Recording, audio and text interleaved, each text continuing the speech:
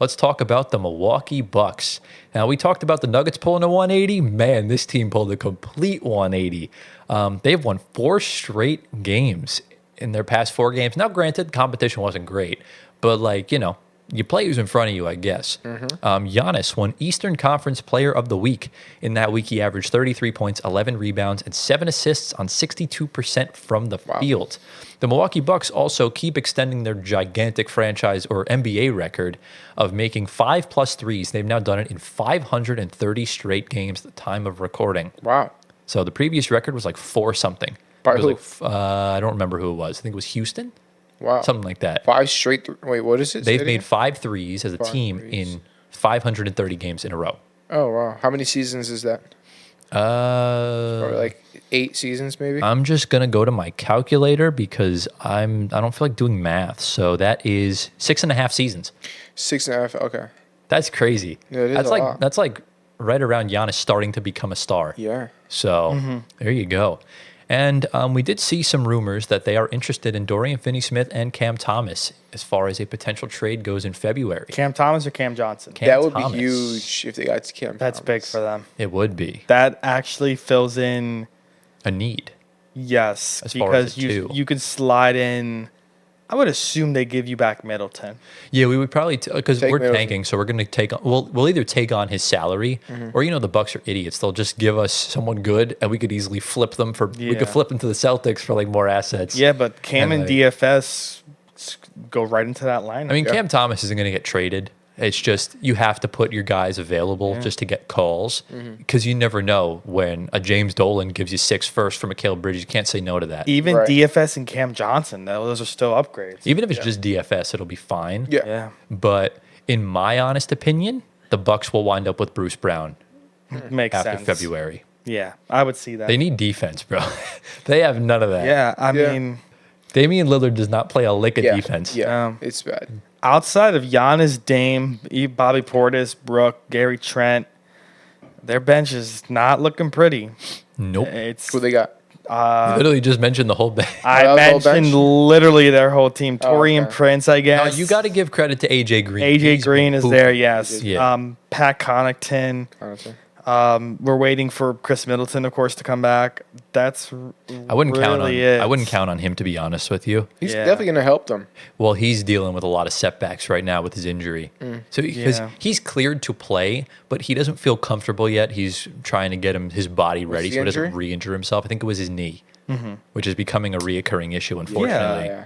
But tough. as far as excuse me. As far as AJ Green goes, he currently leads the league in corner 3-point percentage. Nice. And he's just shooting just shy of 71% from the corner.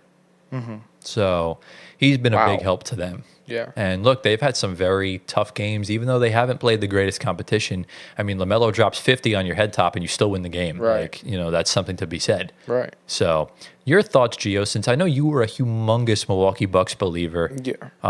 in the offseason. So I'll let you cook up for a bit, bro. Yeah. I had them ranked 3 in the Eastern Conference. The first 15 or so games, it was looking very, very bad. And I was like, you know what, just give them time.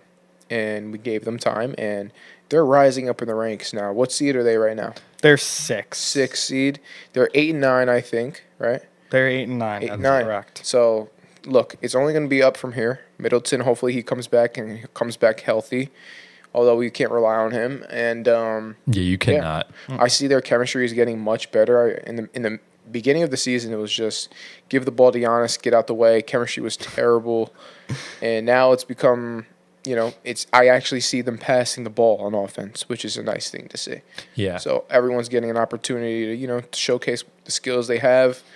Lillard is a little bit more efficient than he was prior, so that's also good. And yeah. Shout out NBA Centel because literally like about a week or 2 ago, they posted a picture of Doc Rivers and said Doc Rivers says he's going to start taking coaching seriously now. And they won 4 straight games No way. since the tweet. And then Hilarious. That's pretty funny. And then they posted yesterday, he said, I see it now. Oh my just- gosh. That's like peak Sentel, bro. I love Those those. are That's funny. funny. I But will say. Antoine, your thoughts on Milwaukee before we move on to the next team?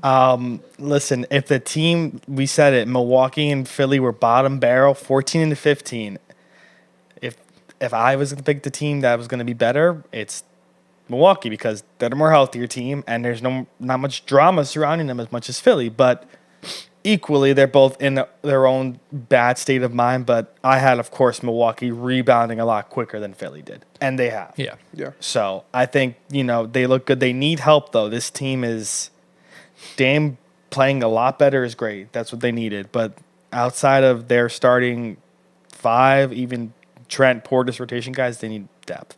It's a Knicks problem, too. But, I think but the difference with New York and Milwaukee's that Milwaukee has a generational star and also a star that's been there doing it for years. New York's kind of budding stars to like just consistent role guys all around. Yeah. Different built teams. There's definitely a clear gap between Giannis and Cat There is a Brunson, big gap. which is fair. There is It's a fair big to say. gap. And I think what's different with Giannis, I know I've been very critical of Giannis as a winning player in the past, but like he's on a different stratosphere compared to those guys and compared to like Embiid, where Giannis is still going to give his all every night, regardless of whether they win or not.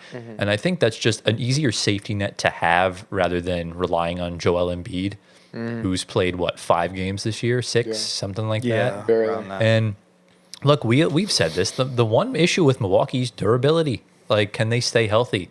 Last year, Giannis gets hurt a week before the playoffs. Yep. Dame gets hurt in game 2. Chris Middleton hasn't stayed healthy since they won the championship. So, and look, I can't feel bad for the position the Bucks are in. I can't feel bad for Giannis because at the end of the day, like, they wanted Dame. They fucked up the trade.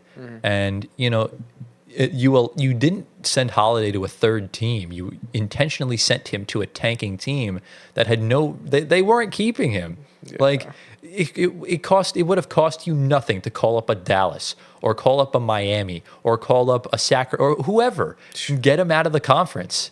They got him out of the conference, but